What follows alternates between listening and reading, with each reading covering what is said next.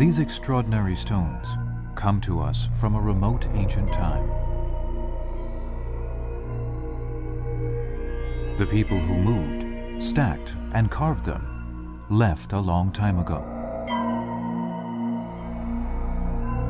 Today, we stand in front of them with hundreds and thousands of thoughts and feelings. One day, we will eventually perish, but these stones will last forever because they've been made immortal.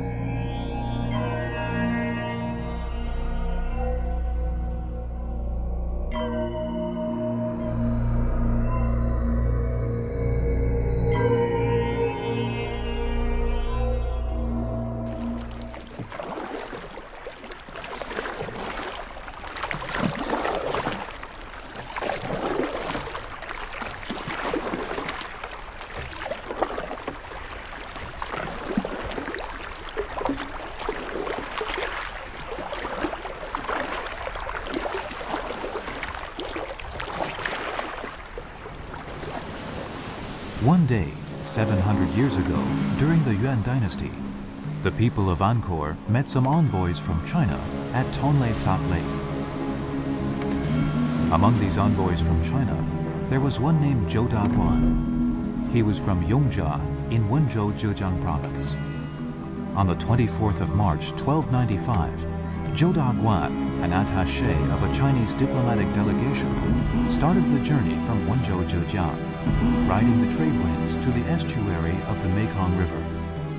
Then they went against the current and arrived at Angkor, located on the bank of Tonle Sap Lake. At that time, Cambodia was known as Khmer. The views of Angkor were apparently beyond the wildest imagination of the delegation, who were shocked by this surreal world.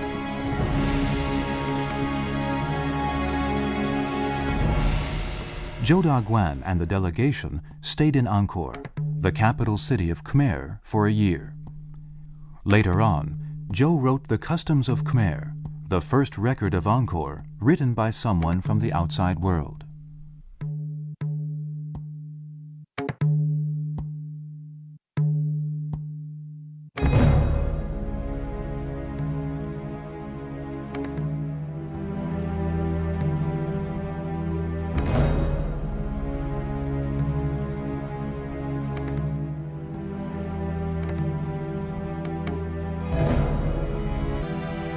People consider the four miracles of ancient Eastern civilization to be the Pyramids of Egypt, Borobudur in Indonesia, Angkor in Cambodia, and the Great Wall of China.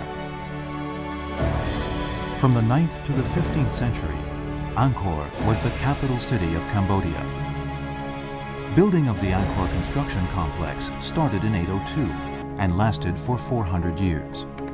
The total construction area reached nearly 300 square kilometers, and 910 buildings have been preserved to this day. 25 Khmer kings participated in the great construction project in Angkor.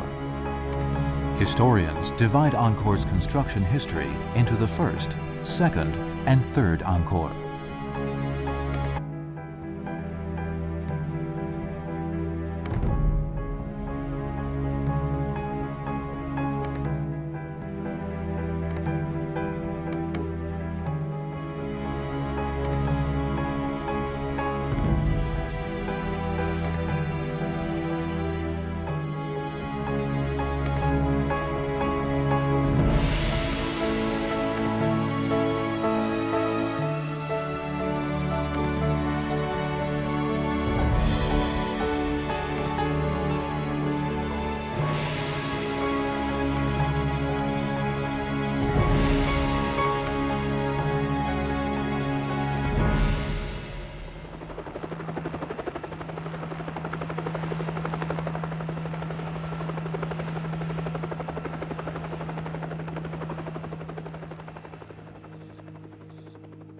The Lancang-Mekong River flows more than 4,000 kilometers southward from the Qinghai-Tibet Plateau. It then slows down gradually in the middle of Cambodia, leaving sediment that has become the area's best soil, and creating what has been Asia's most prosperous farmland for the last 1,000 years. Ancient Eastern civilization started from here, and Angkor Wat is not the only temple in this place. In the vast area from the source of the river to the sea, there are temples and altars almost everywhere. It's a place where human beings coexist in harmony with gods and goddesses.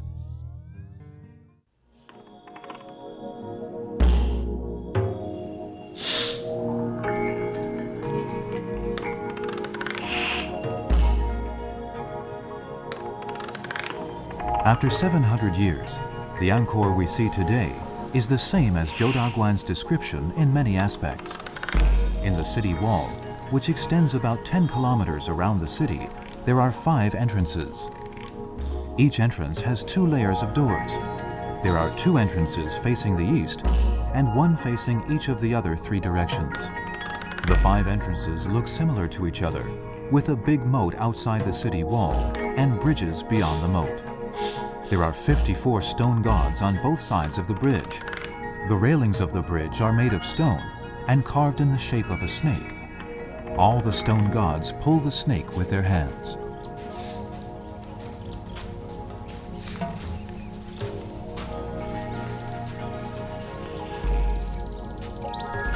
To walk among the ancient relics in Angkor is like walking through a gigantic scene in a nightmare.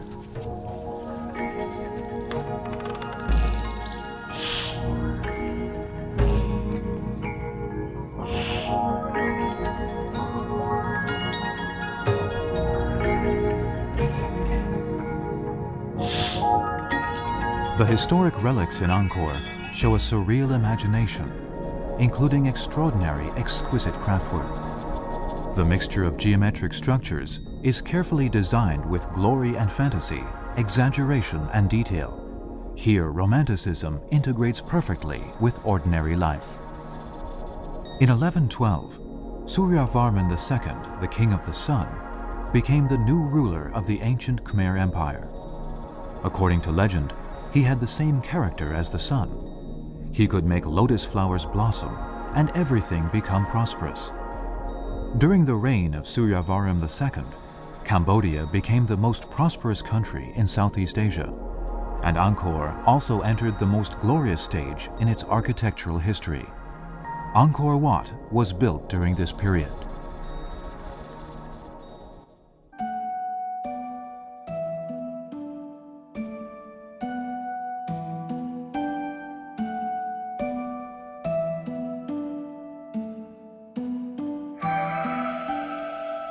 Of all the buildings in this city, Angkor Wat is the most famous. It was constructed during the second Angkor period. Angkor Wat is a temple dedicated to Vishnu. Since Suryavarman II believed in Vishnu, the guardian god of Hinduism, he ordered the construction of Angkor Wat for Vishnu. Vishnu is the leading god controlling the order of the universe in Hinduism. According to legend, Vishnu falls into a sleep while lying on Ananta the big snake and floats in the sea of the universe. This one sleep equals one cycle of the universe, or 4.3 billion human years. After Vishnu wakes up, a lotus flower will grow from his navel. Then Brahma, who is born from the flower, will start to create the world. At the end of the cycle, Shiva, the god of destruction and reproduction, will destroy the world. Vishnu will alternately sleep and wake, and the universe will be created and destroyed on a continuous basis.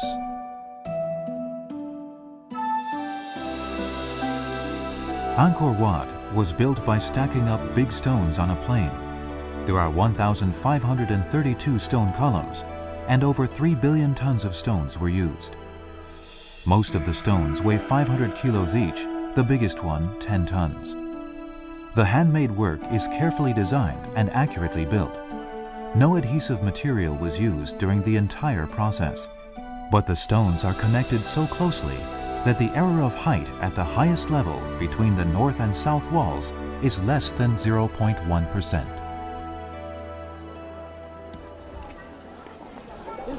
All people coming here want to climb to the top of Angkor Wat, but this is extremely difficult. 이렇게 올라가려면 이렇게 대각선으로.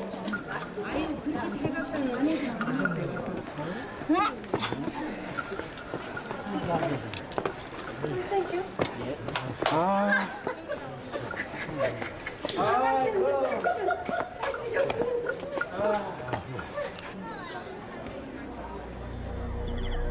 It is said that Angkor Wat is a gigantic symbol.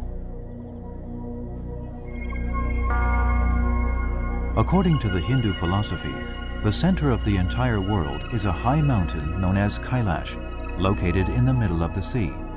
All the gods and goddesses live here, and it is surrounded by 4 small mountains. Both the sun and moon encircle the middle of the mountain, and a vast sea lies at the foot of it. Cambodian people use abstract geometric forms to show this imaginary pattern of the universe, and constructed this building accordingly.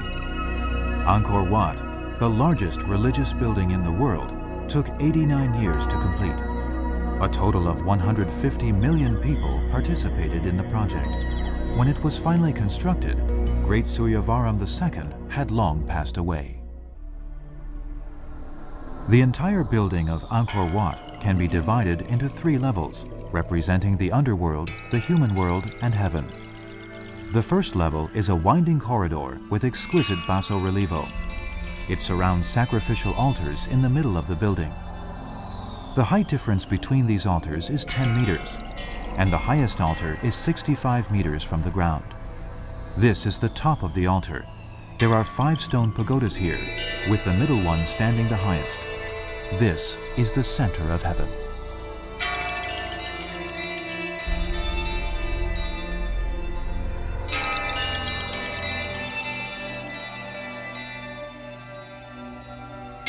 The concepts of the underworld, the human world, and heaven are not only represented in the architectural form, but also in the more vivid basso-relievo on the walls along the winding corridor of the first level.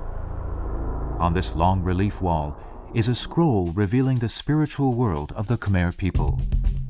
On the wall in the east winding corridor is the story of the churning of the Sea of Milk. According to legend, there was a longevity elixir buried under the Sea of Milk at the foot of Kailash Mountain, guarded by a python. In order to get the elixir, God and the devil pulled the 2 ends of the python, thus churning the Sea of Milk. The water in the sea began to boil, and all the creatures in it died. Kailash Mountain was about to rotate and collapse. Thereupon, Vishnu transformed into a gigantic tortoise to support the mountain. 1,000 years later, all kinds of precious gems were churned up from the bottom of the sea, including the elixir. Lakshmi, Vishnu's future wife, was also born from bubbles in the seawater. On 4 walls of the winding corridor are engraved all kinds of legends and stories from Hindu mythology. On the north wall are the stories of Vishnu fighting with the Sky Devil. One half of the west wall has stories from the Hindu epic Ramayana, while the other half depicts stories of the Mahabharata.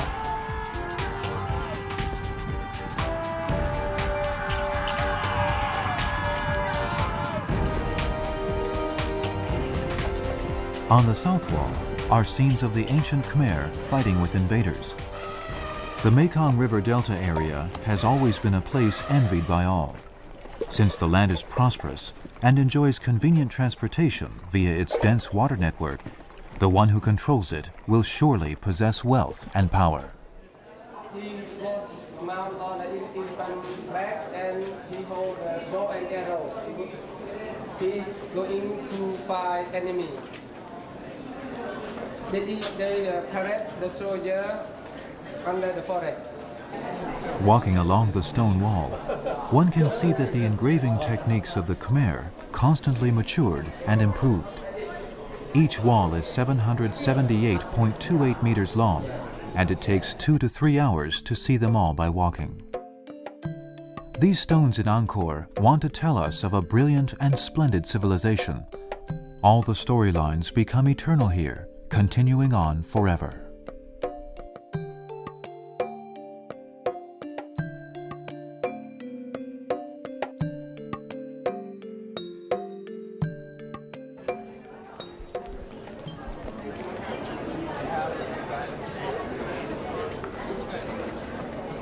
Another long wall with reliefs surrounds the Bayon Temple. The themes of these reliefs mainly center on ancient life in Cambodia. People go to market, do business, hunt, and cook the animals they catch. They treat diseases, give birth, entertain and play music. They wrestle, dance, play, fight, and build houses. There are about 11,000 people on the wall. Looking closely at the gigantic picture and examining the description of Joda Guan, the picture of ancient Angkor gradually becomes clear. According to observations made by Joda Guan, the houses for the king, officials, and ordinary people were wood tile structures or mainly simple thatched cottages. Although the king wore silver and gold jewelry, he was barefoot just like other people. As for ordinary people, there was no table, chair, bowl, or bucket in their house. They cooked with an earthen kettle and drank soup directly from coconut shells or tree leaves. They ate with their hands and slept on mats laid on the ground. That's the way the ancient Khmer lived and built Angkor.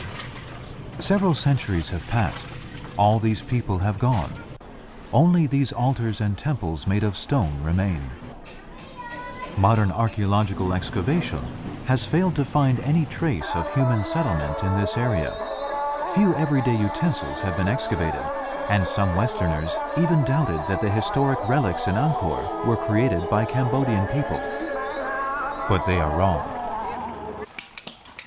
All the scientific evidence obtained on a continuous basis shows that those who built Great Angkor are the ancestors of the Cambodian people. George Curtis from the Department of Cambodia at the French Institute of Far East Studies spent several years comparing the faces of modern Cambodian people with the faces carved on the stones in Angkor. He finally concluded there are physiological similarities between them. 25 kilometers northeast of Angkor Thom is Bante Shri, the Queen Palace, famous for exquisite carvings. It was built in 967 at the order of Jayavarman V, the king of Angkor. But the palace was not built for a queen. Since there are many goddesses carved into the building, local people call it the Queen Palace. The temple is actually dedicated to Shiva, the god of creation and destruction. Built during the second Angkor period, it was profoundly affected by the architectural style of Hindu temples.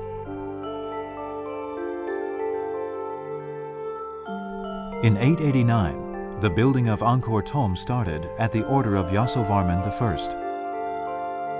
Succeeding kings ordered a large amount of construction projects in the city. 2 centuries later, when Suryavarman II wanted to build Angkor Wat, there was no space for it in the city of Angkor Thom, and he had to move it outside the city. Currently, as with most buildings, the only things that remain are the foundation and smashed stones. But a lot of temples managed to survive, among which the most famous one is the Bayon Temple located in the downtown area.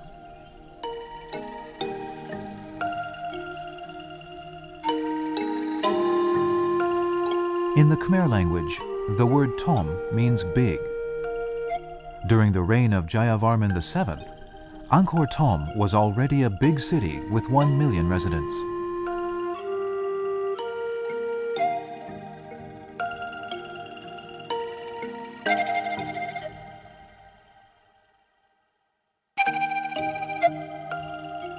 Take a walk among the piles of stones. Find something and experience it. The neatly arranged buildings are works of architecture, while the smashed and scattered parts are known as ruins. There is only one form of time prevailing here, namely eternity.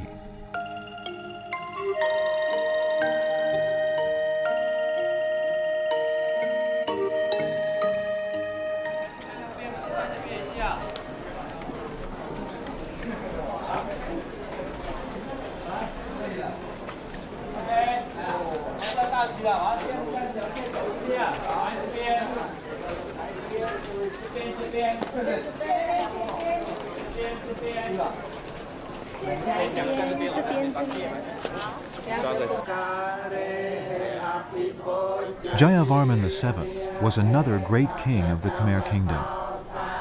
During his reign of over 40 years, the country had once again become the strongest empire in Southeast Asia. He believed in Mahayana, enlarged the area of the old Angkor Thom city, and ordered the construction of many monumental temples.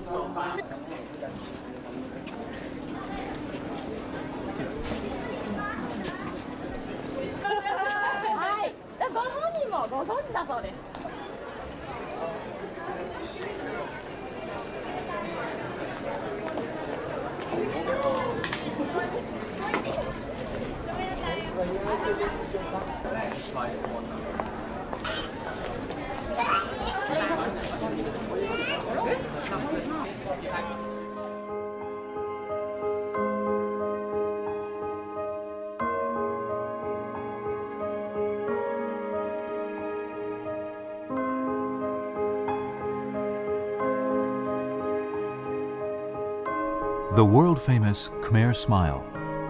All the 4 Buddhist spiritual states, compassion, sorrow, happiness, and calm, appear on a single face. When you're in Bayon Temple, it seems that you've arrived in a maze of mirrors reflecting gigantic heads.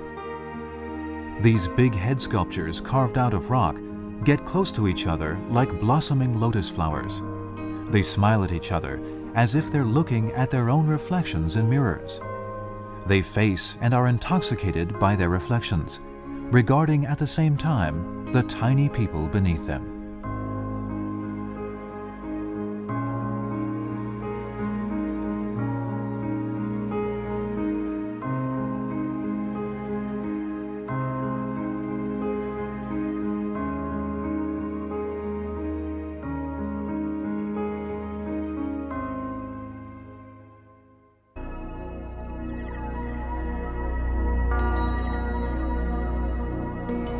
The foundation of Bayon Temple is a square whose 4 sides are each 80 meters long. The main pagoda located in the center reaches about 43 meters above the ground. The temple is composed of 54 big pagodas of different heights. On top of each pagoda, there are 4 stone statues on 4 sides, totaling 216 statues. These gigantic sculptures are supposed to be Avalokitesvara, though most people imagine his face to be that of Jayavarman VII.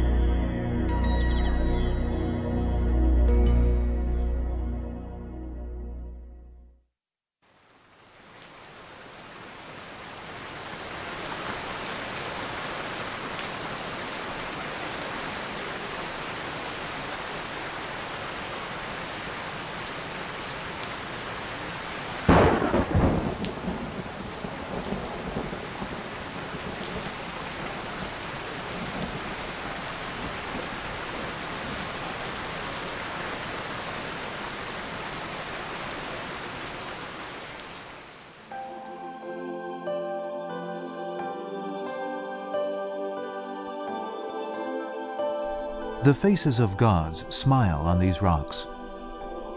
They're dim and gloomy, not at all clear despite the bright moonlight shed on them. After joyfully creating this divine miracle, the craftsman became anonymous forever. Every day in the temple, the sun will shine on the top of the pagoda first. The mixed sounds of chirping birds and chanting monks have become a distinctive feature of the early morning hours in the area along the Lansang-Mekong River.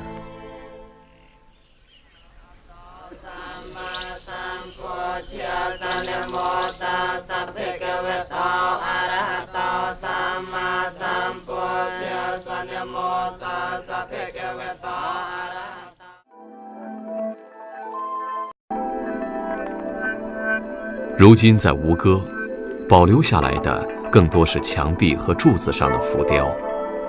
女神像是建筑上雕刻的主题之一。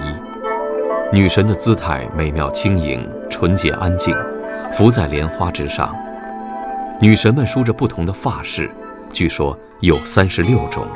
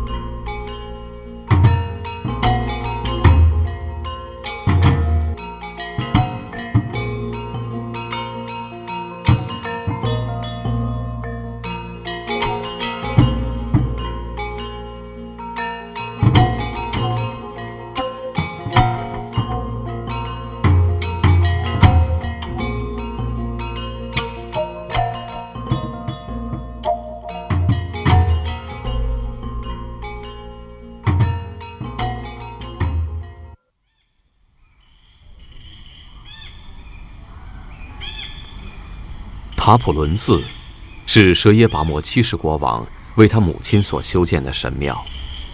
这处神庙看起来就像一个神灵与大自然进行惊心动魄的搏斗的现场。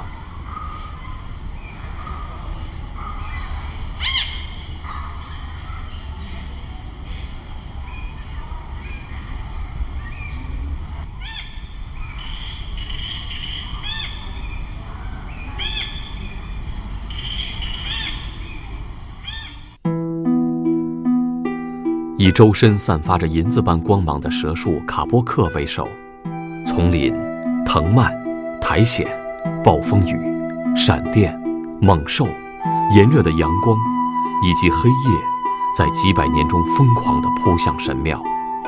蛇树的根茎攀上梁柱，探入石缝，绑起门窗，压住屋檐，甚至从神庙的心脏上长出来，将神庙4分5裂，裹挟吞噬。但较量的结果是神庙与大地合二为一，大地、丛林和神庙像情人般彼此交缠在一起，再也无法分开。这种自然奇迹并没有毁灭神庙，反而令它获得新的生命，更加坚不可摧。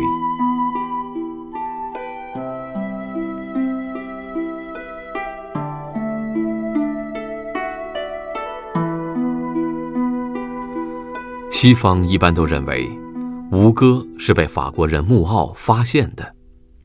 穆奥醉心于自然科学研究，当过中学教师。1858年前往湄公河的冒险改变了他的命运。穆奥一行穿过柬埔寨马德旺省的原始丛林，来到了吴哥。当地人把这位西方人领到保佑着他们的神庙面前，他看见的是这样一番景象。这里被原始丛林覆盖，一些神殿倒塌了，另一些岿然不动。祭祀活动在进行，祭祀者不仅有当地人，还包括各种猛兽。穆奥提供了一个伤感的新视角。他在日记里说，曾经愉悦与荣耀的舞台成为一片废墟。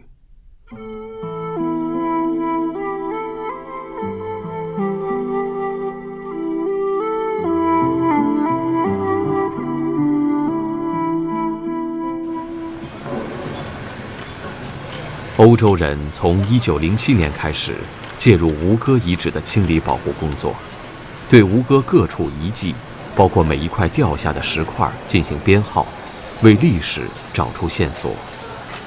当时有2种主张，一些人主张清理一切覆盖物，修复重建倒塌的吴哥；另一些人希望只是稍事修整，保持吴哥的原始状态和神秘感。最后，当局决定以科学的方法清理古迹，某些部分则保留原来的状态。至今，帮助修复吴哥的各国修建队都遵从这个原则。中国的古建专家负责修复通王城东门外的周萨神庙，工程负责人曾经主持西藏布达拉宫的修缮，精通整旧如旧的方法。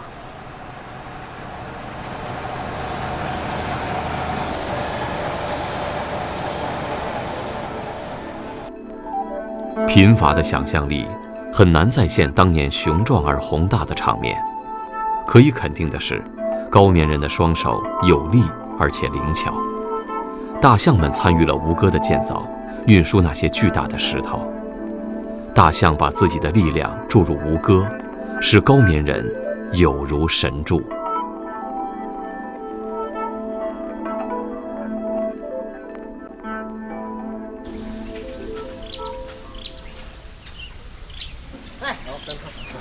在湄公河流域，古代神话认为，大象是智慧神的化身。传说，保护神出去打仗的时候，儿子刚刚出生。多年后，保护神回来，儿子不认识他，挡在家门口，不准父亲进家。保护神砍下了儿子的头，那头颅就滚到森林中去了。保护神知道那是自己的儿子后，命令快去森林找他的头。找不到，就把大象的头安在儿子身上。换了一个脑袋后，他成为了智慧之神。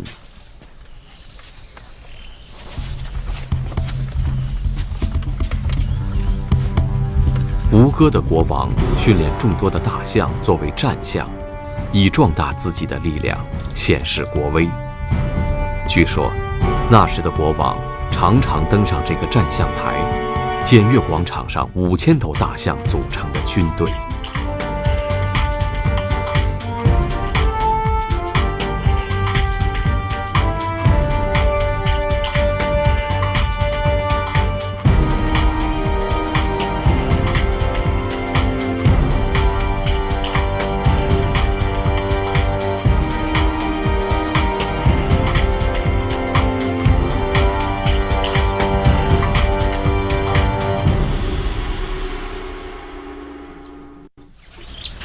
早期吴哥的核心在巴肯山，那时王宫、房舍、田园环绕着巴肯山次第展开，它其实就是吴哥全部遗迹的起源之地与中心。每天，吴哥的太阳最先照亮巴肯山，最后从这里落下。如今，在巴肯山顶眺望落日，已经成为吴哥经典的旅游项目。每当落日西垂，这里就聚集着来自世界各地的旅游者，他们被某种穿越时间的力量集合起来，等待着那最后的一刻。大地被吴哥之光照亮，巨大的落日划过天空，沉向黑暗将至的湄公河平原。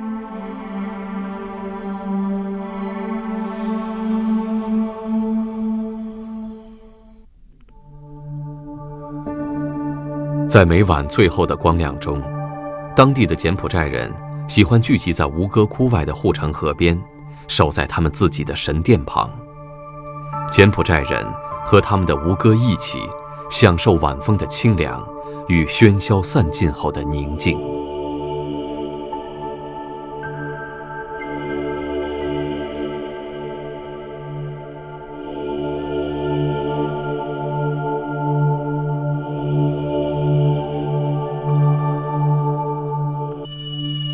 夜幕降临，凝视着这片有生命的石头，700年前周达观在《真腊风土记》里描写的吴哥国王出行时的情景，似乎会在眼前展开。那是一个天国的场面。王出时，诸军马拥其前，旗帜鼓乐踵其后。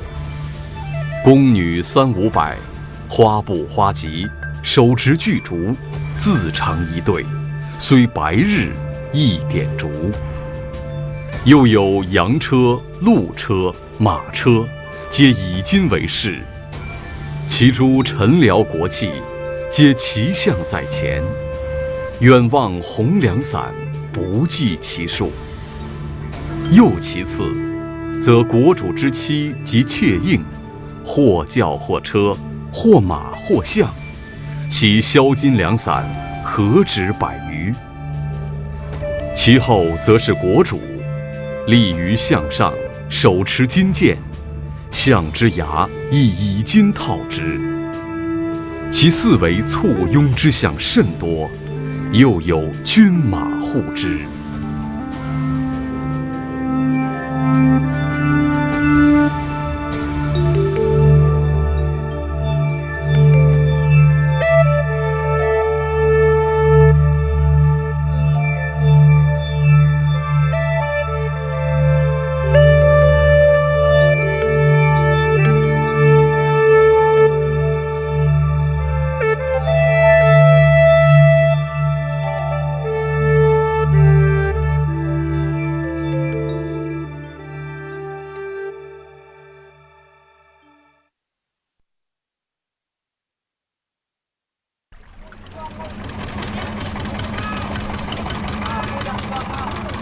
每年1月，洞里萨湖的水退回湄公河，又一个捕捞季开始了。洞里萨湖渔民的家是流动的，他们随着湖水的涨落，过着迁徙的生活。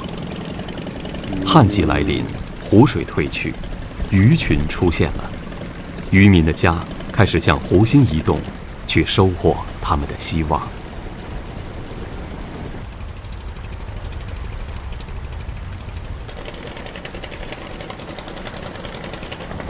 每年6到10月，雨季来临，水不断涨，他们又要向岸边迁移，直至到岸上安家。1年中至少要迁移5到6次。洞里萨湖的渔民是世界上最勤于搬迁的人。迁移的地点是根据水位的深浅决定的。渔民们一般选择距离湖岸1-2公里远、水深1到2米的水域安营扎寨。上千户渔家彼此连接在一起，形成巨大的水上村寨，继续着祖先们打鱼为生的生活。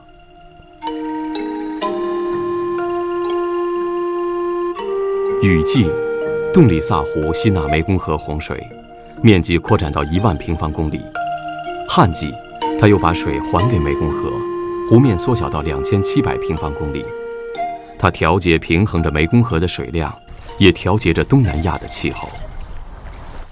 洞里萨湖是澜沧江湄公河流域最大的湖泊和天然渔场，是镶嵌在柬埔寨大地上的一块活着的黄金。著名的吴哥遗迹群坐落在洞里萨湖的北岸，1000年来，它取之不竭的渔业资源，抚育了伟大的高棉文明。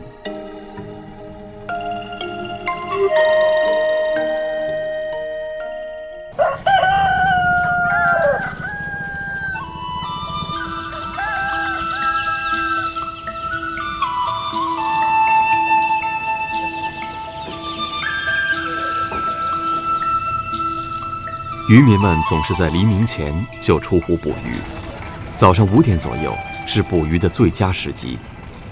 他们通常在距渔村2-3公里远的水面展开捕捞活动。茫茫大湖，选择在什么地点下网非常重要，这既需要有捕捞经验，也要靠运气。澜沧江湄公河上的渔民用多种多样的方式捕捞多种多样的鱼。这条大河孕育了世界上最丰富的淡水鱼类生态系统，鱼类多达1700多种，鱼类多样性在世界大江河水系中名列第2，仅次于亚马逊河流域。世界野生动物基金会把澜沧江湄公河流域确定为世界上最重要的淡水鱼类生态区之一。澜沧江湄公河流域的鱼类资源，对整个流域内生活的6500万人的生计至关重要，是他们获取蛋白质和营养的主要来源。据统计，次区域淡水鱼类的年捕获量在180万吨以上，是世界上最大的内河淡水渔业。1000年来，人们打鱼的工具变化着，曾经是叉子、木船，现在使用机动船和更大的网。人们对鱼类的需求比古代更大，而洞里萨湖依然是过去的那个洞里萨湖，鱼类也没有因为捕捞工具的先进更多起来。他们认为打鱼生活很快乐，应该永远这样快乐下去，一代又一代人。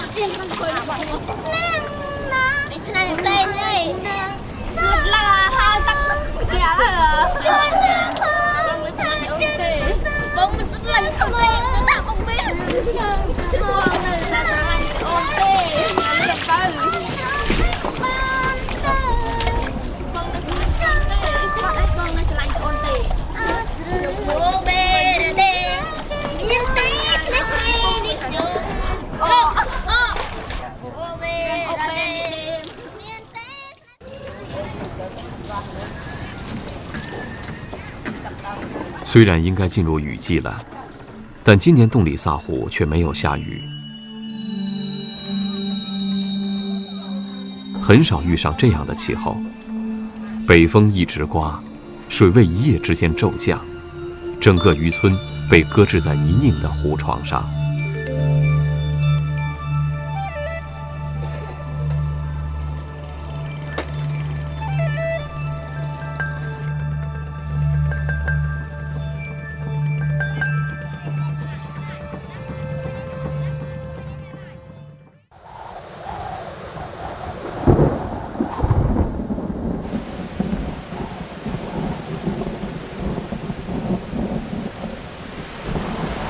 大雨终于来临，渔船终于可以开动了。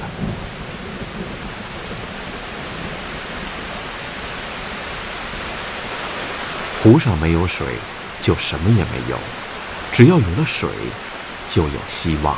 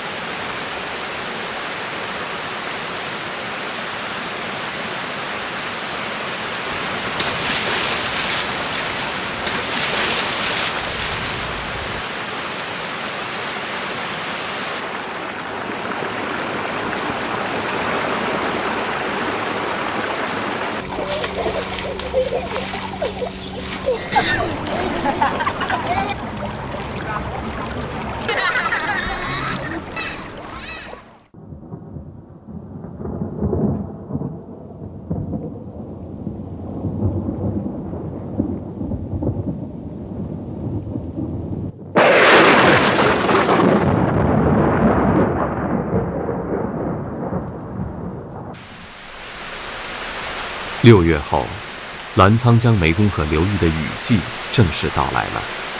原本平静的湖面上开始出现风浪。不管过去几个月捕鱼的黄金时光，他们所获多少，无论如何都得离开了。湄公河的水将滚滚涌入，洞里萨湖将成为一片汪洋大海。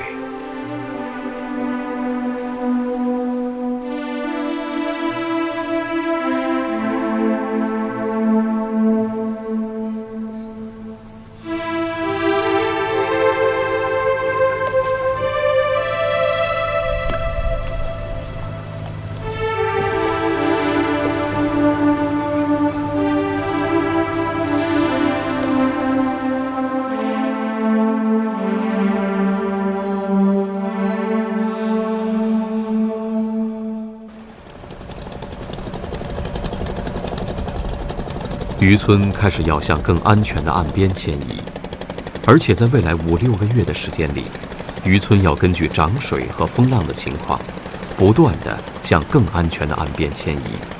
最终，他们还得搬迁到岸上的高地，躲避风浪。直到来年1月捕捞季开始的时候，他们再重新回到湖里。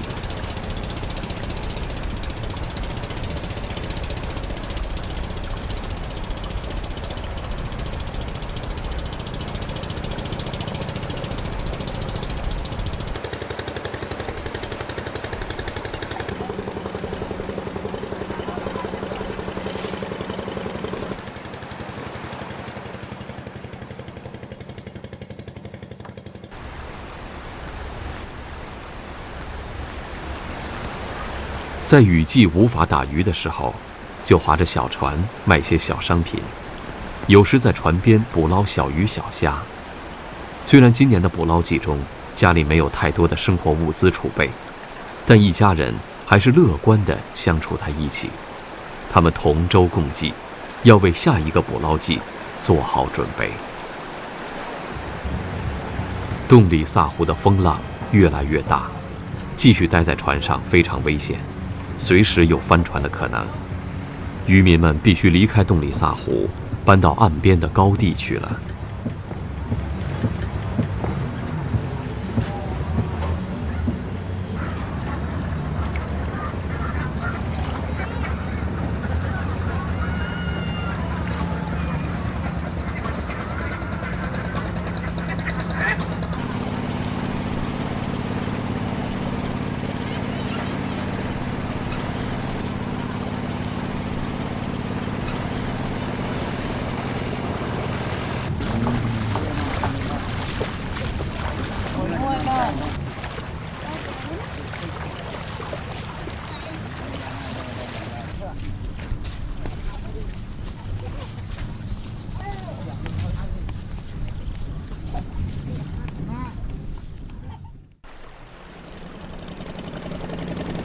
又一个捕捞季开始了。